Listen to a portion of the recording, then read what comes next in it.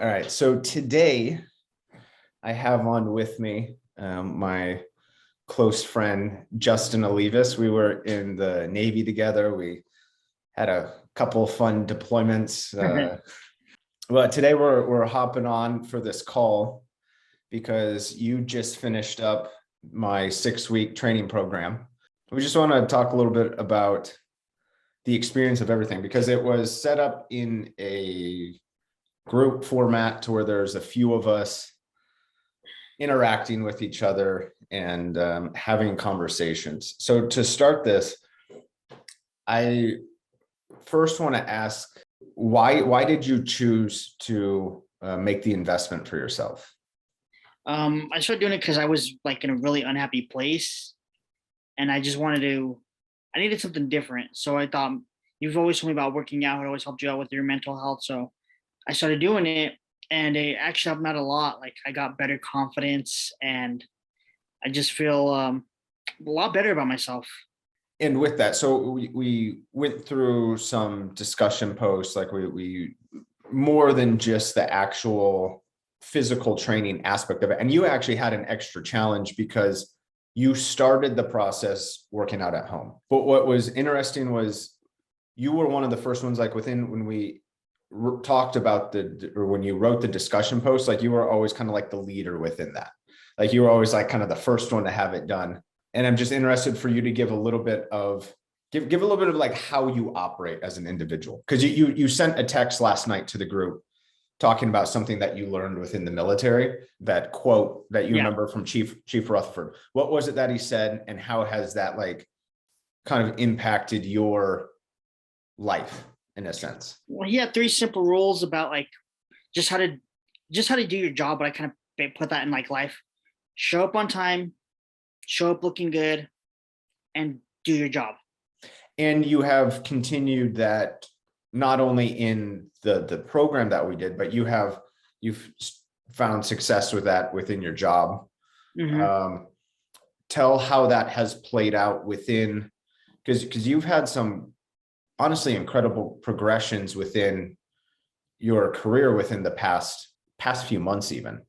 My job before this, I did construction, but then I got started a new job, and I thought it was better.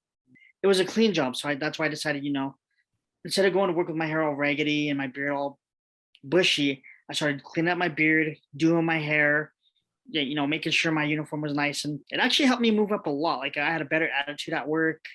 I just felt really good. Even now you're here in a blue polo, you have had a tendency, and you wrote about it on the discussion post. We were talking about limiting beliefs, and you were talking about how your uncles kind of shaped what you believed and how you always wore a specific color. Do you feel comfortable going into the details of kind of what that discussion was about? Yeah. So where I come from, I mean, I don't make it a habit to hide it, but I kind of grew up kind of in the not the best place to grow up. And there's of course gang colors. So I was used to not wearing a certain color because of gang affiliation. So I wore a lot of black, and I just kind of slobbish, and I didn't like that. So I decided, when these like when after I moved up here and after I started filming, I'm like, I'm gonna change the way I dress because I look kind of slobbish. So I went and got me some new clothes and better, like nothing too big and like not a lot of blacks. I wear a lot of black.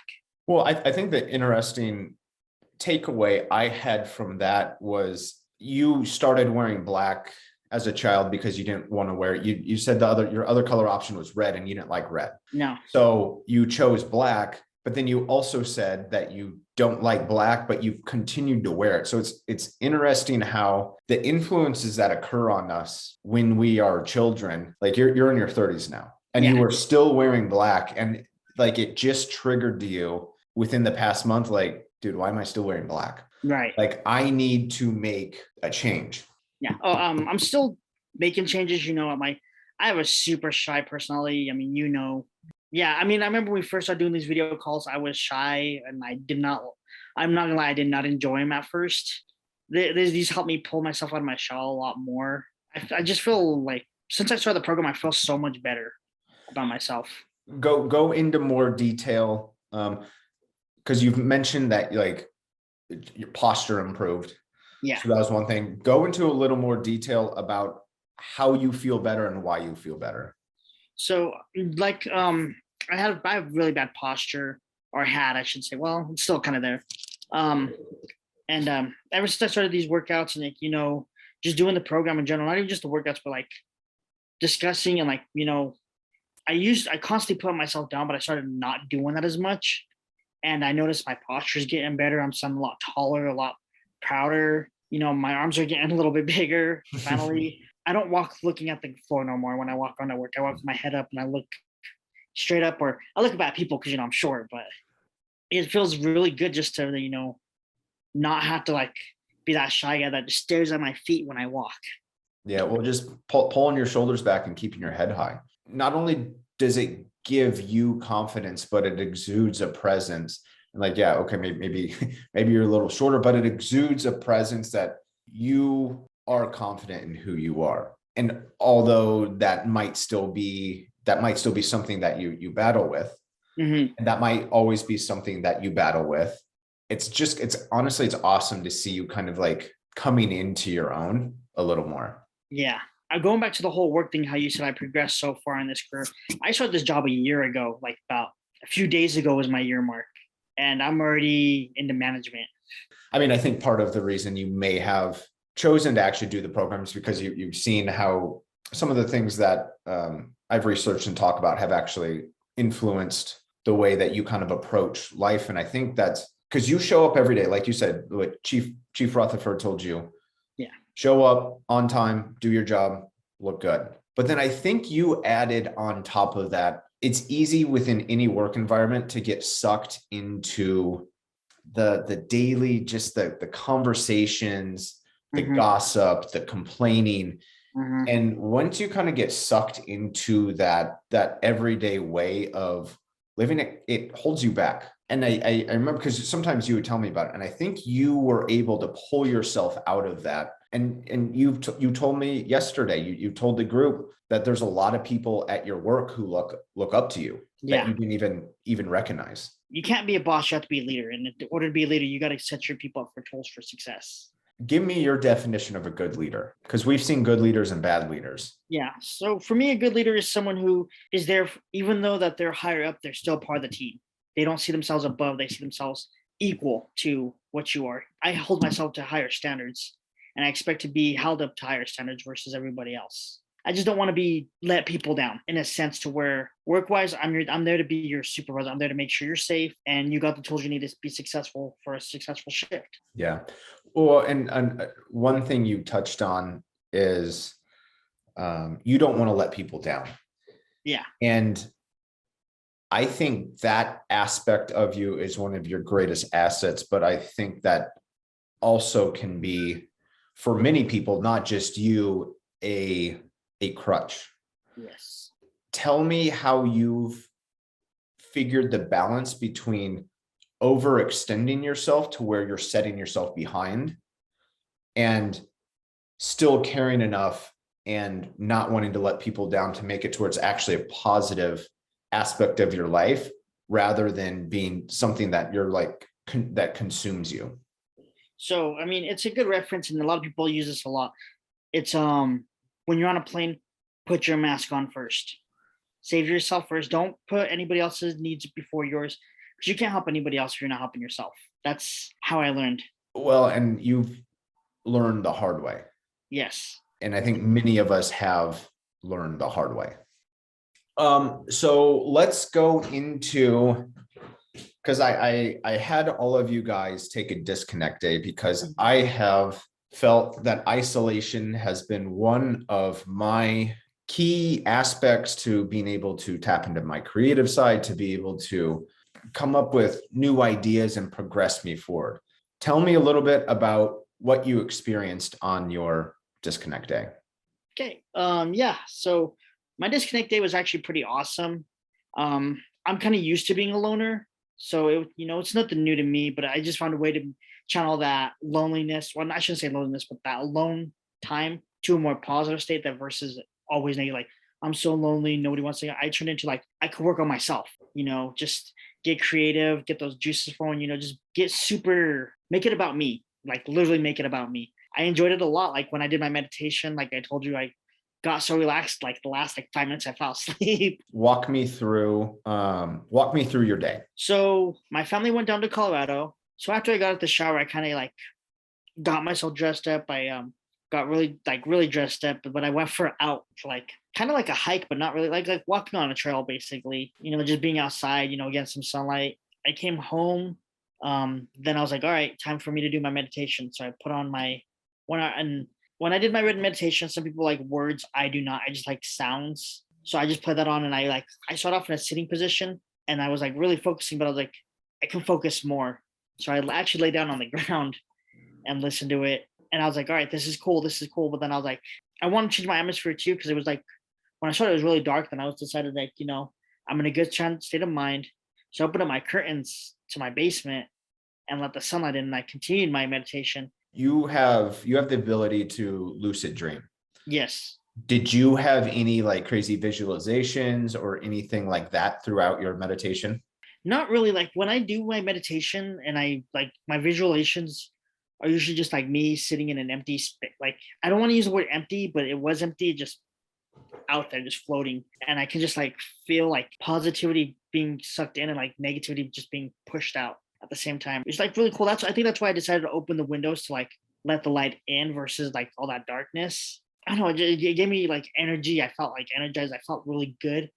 And I think when I got super comfortable and I felt good is when I fell asleep. At one point, it did look like my carpet was moving on its own for a little bit, which makes me sound crazy. But, I have a lot of visuals in my head, especially when I dream. Like, it's pretty crazy. Like, I thought everybody had lucid and vivid dreams, but no. I have very visual dreams. I have some pretty crazy dreams, but they're not lucid because I can't, because with your, you're dreaming, correct? Yeah. And you can sort of control it? For the most part, yes. Like if I'm having a nightmare, I haven't had a nightmare in a long time. Like I can feel like I'm like, oh crap. So I change it. And I thought everybody could do that. What do you consider a nightmare? Because I have some very dark and violent dreams, but I don't consider them nightmares. No, I haven't yeah, I do consider violent and nightmares different. Like my nightmares are it happens every time a relative passes away. Like it happens the same exact way. So like when my grandfather died, I'll do that an example. We were moving to a new house. I can see the neighborhood, I can smell the grass, everything in this dream. I can feel like the wrought iron gate that I opened. I can feel it in my hands. And we're moving to this house. It's me, my parents, my siblings. We walk in this house and you can see the basic brown carpet. I can even smell the brand new paint from a new house. It's so crazy how much it is. And there's a bedroom to my left and there's a bathroom to my right and a big open living room. We start moving stuff and we start moving boxes. While my dad and my siblings go to get more boxes, my aunt's helping us move in and she goes to get food, which is normally pizza or something. Like I can even smell. I was even like, my mouth was like, we're getting pizza. In that first bathroom, it was blue, like blue curtains, blue, like it was just a lot of blue. And a tiny little window, I can remember that. And I walked past and I saw someone in that bathroom. Well, I turned around and it was my grandfather, but he had passed already. He had like these really black like veins in his face and like really, really yellow eyes. It was the demon taunting, like, I got him, now he's mine, type sounding stuff like that. And it freaked me out. Like it bothered me in the Navy like a lot too. Like I think Camacho and Valverde, they both were there witness. Like I freaked out after I had this dream and it really bugged me. And then when my grandmother passed away, I knew it was kind of the same thing happening because I was going up to her house and it's the same thing. I could feel the wind on my face, everything. I'm walking up her porch. Like I can hear her yelling, but it's not her voice. It's something with her voice. And right, I was like, nope, I'm not doing this. So I turned around and I was like running and I could hear it coming up behind me. So a bike just appeared out of nowhere and I just started riding a bike off and I could feel the dirt path from her neighbor's yard underneath the tires. And it's pretty crazy how much like in detail my dreams get that I thought everybody had but don't. So yeah, those are nightmares. Like paranormal stuff is my nightmares. Okay. Yeah. That's intense though. That's intense. The fact that you can lucid dream, I mean, I don't have any facts to back this, but I have a feeling that provides you some like next level of like creativity or something that in some way you could like harness. Yeah. I have no idea how, because I can't do that. I mean, sometimes I've wrote down dreams and I've kind of tried to figure out the meaning of them. But the fact that you can control it on a regular basis, I don't know. I just think that's something that you should explore more into, Yeah. only because it's something that's not common. I've always had a very super active imagination when I was little. Like I created my own imaginary friend, and like my family used to get weirded out by how creative I got with it. They thought it was like maybe it was a spirit in the house, but we moved and I still had it. I was just a little weirdo, I think. But no, I like when I played like with my toys and stuff when I was a little kid, I would come up with these scenarios. Like I actually wanted to do stuff with movies when I was little because how creative I was. Like even when I come up with ideas in my head, like stories I used to write, I can picture them in my mind without like any hesitation. Like I still do that. Like if I like at work, like I'll do scenarios in my head like for safety, and I can actually picture it. But that is actually was called Imagery. Yeah. And that is, people can utilize imagery to basically practice going through situations. I mean, this is probably why whenever I get on an airplane and I imagine that's going to crash and burn, I'm running through the situation, because really my goal is just like, if that plane's going down, don't be the dude screaming on the airplane. Yeah. Like when you know you're going to die, be as chill as possible. People utilize imagery before they do speeches. People utilize imagery before they go through, go to like an athletic performance or any type of thing. So it makes sense why you utilize it within running through like scenarios and situations. But the fact that you can like see everything so well, I don't know, there's definitely some way that you can kind of harness that power in a sense. Have you thought about what you could potentially do with that creative aspect of you? I actually had to use it this past week because I had to create a drill scenario. I had to create one to do it. I wanted to make it as realistic as possible because some people make it way above and beyond where it doesn't make any sense. And it was actually kind of hard for me. And I was like, but then like when I started thinking about it, then I got all the ideas and I was like, okay, we'll do this, this, this, and this. It's quick 10 minutes and it was good. I've always had this kind of mindset. Like I know that it's kind of a touchy subject to talk about now, but like when I was actually in elementary school and middle school, I would always think about school shootings and like how I would get out or escape. That was actually like one of the first things I'd always think of when I constantly think about it at school, which is weird, but I guess it's not weird. I guess survival, I guess, but I had a relatively active imagination. I mean, I was obviously homeschooled, so I didn't like go through those scenarios, but I would run myself through different types of situations. I would always imagine like disasters happening, like tornadoes, fires, stuff like that. I would, as a young child, I would be kind of running through those types of scenarios all the time. And it's crazy thinking about how kids are, that's on their mind. like when you're young, they tell you about fire escapes and all that when you're so young. So it wasn't always just like school shooting. It was like fires, tornadoes, stuff like that too. It was natural disasters or man-made disasters. So I did that a lot. So I mean, we've talked about some crazy stuff here. I want to kind of pull back to kind of again going into the program. Did you have any expectations? Yes, yeah, I did. I just like what I expected, kind of what I got. I wanted to do better, feel better, and that's kind of what I got. Like I just was like, I was in a rut. It was especially when I first moved up here. Like I was in a really bad rut. I was super lonely, and I just wanted something different, but still the same. I'm still like alone, but I'm not lonely no more. If that makes sense. That's definitely what a lot of the programs and the meditations, the discussions helped out a lot with them. You can have like a positive relationship with people who aren't even around you. There's a good camaraderie in that group, and I really enjoy it a lot. We built a pretty awesome camaraderie, but then there's also an aspect to it that everyone was working towards the same thing.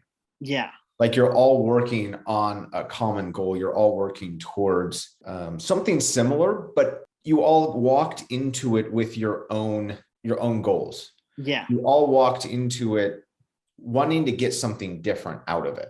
So that's why I was kind of asking what you hope to get out of it. And you explained a little bit.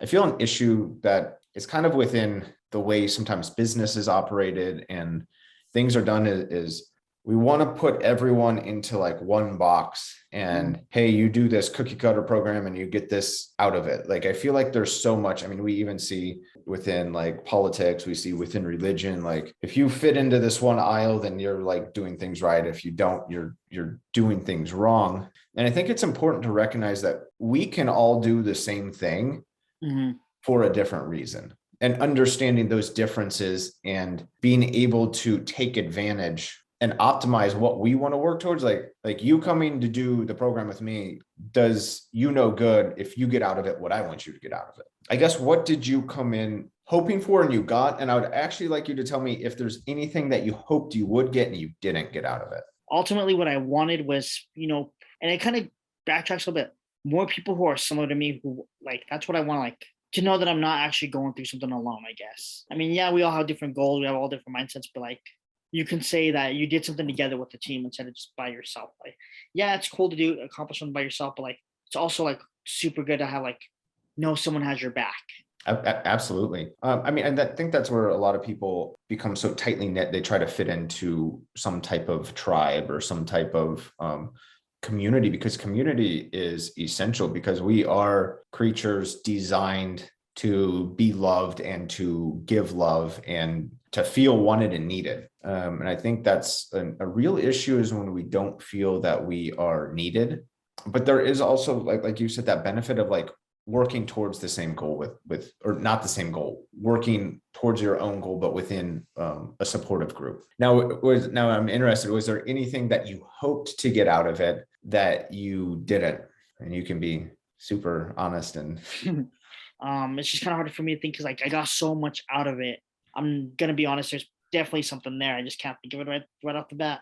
well, and I know within 6 weeks, and I mean, obviously you're sticking to it, so you're not just dropping off after 6 weeks. No. Like you're continuing to do the workouts and stay connected with the group, and stay on the calls that we have. But obviously within 6 weeks, you're not going to transform your body or your mind into exactly what you want. No. My focus was to help people set a foundation. And you tell me, did it give you that foundation, or was there an extra element that could have made it better? Well, I guess I wanted a lot less harder days on myself, and I'm still working on that. So I guess what I did was I kind of went there with high expectation, like I'm not gonna have no more bad days. Everything's gonna be positive, positive, and you can't be positive. You have to be realistic, because you got to believe that there's gonna be hard days. There's gonna be. I mean, we're human. It happens. But I learned to like. I guess I want to get like better control on how to like manage that. So when I have bad days, the rain's falling on me and it's the end of the world. And I got a lot better at it, but like I want to still continue to work on that. I hope that kind of answers your question, because like I still kind of I wanted perfection, which obviously we can't achieve because there's always going to be something. But I think you touched on an important part, that like, yeah, you want that. And ideally, dude, none of us want to go through tough times. Like, Yeah. dude, tough times fucking suck. So, Like we both know, we've both been through some times that just like, dude, they crush your soul. But the other key point you touched on was you wanted to learn how to manage those harder times. And do you feel, because that's ideally, that's the foundation that this program helps to build, is not the safe house that protects you from all of life's, yeah, all of the just the chaos that is thrown at us, but at least a start to a foundation to be able to withstand all the trials and tribulations that life throws at us. like that's why it's such a hard question, because I've gotten that out of this. I'm still just working at it. That's what's hard about that, because my hard days are not so hard no more, because like I don't take my hard days at home to work, and I don't take my hard days from work to home. One thing I do still do though is I avoid situations still. I need to go out more, and I know I need to go out more, and I'll make an excuse for why I don't want to do certain things, because I don't want to do it, instead of just forcing myself to be uncomfortable. I'd rather stay comfortable. But that is a part of your big challenge, because coming out of your shell is going to be one of your biggest obstacles. So that's not something that would just magically disappear in 6 weeks. Like I said, those 6 weeks, they're not going to fix any of your life problems. The only thing they can do is begin to build a foundation. But that's it. Yeah. I think an issue that we all have, and I mean, we live in a social media, instant gratification driven world. We all want results right now. That doesn't work for almost anything. No. And if it does work, it's probably not going to be sustainable. I used to be the culprit like the biggest, like, you know, I was taking steroids, I was doing not crash hard diets, I was doing diets into bodybuilding competitions. I needed everything right away to feel satisfied. And we just need to continue to take one step forward every day, because if we're looking to live later into life, like we kind of plan, like we can look at the average age and at least plan for that. I would rather walk into that time of life healthy, thriving, and continuing to learn and grow and progress than spend the next 40 years chasing the next quick fix around every corner. Yeah. It's like chasing dreams. Like you got to have some type of plan, because plans can be changed and altered where you still get that goal. It's just you take a different path than you originally thought. And there's nothing wrong with like taking the longer road versus the short road, because I mean, there's nothing wrong with that. Absolutely. Do you have any final thoughts before I cut the recording? Give us some wise words, Justin. No, just don't be afraid to take things slow, and don't be afraid to help yourself. Not only just this program, but like in general. Sometimes, unfortunately, you have to go to the darkest places to understand where your strength comes from. So. I couldn't have said that better myself. I got the chills when you said it, honestly. All right. I'm gonna cut the recording. So All right. thank you, Justin. You're welcome. Thank you.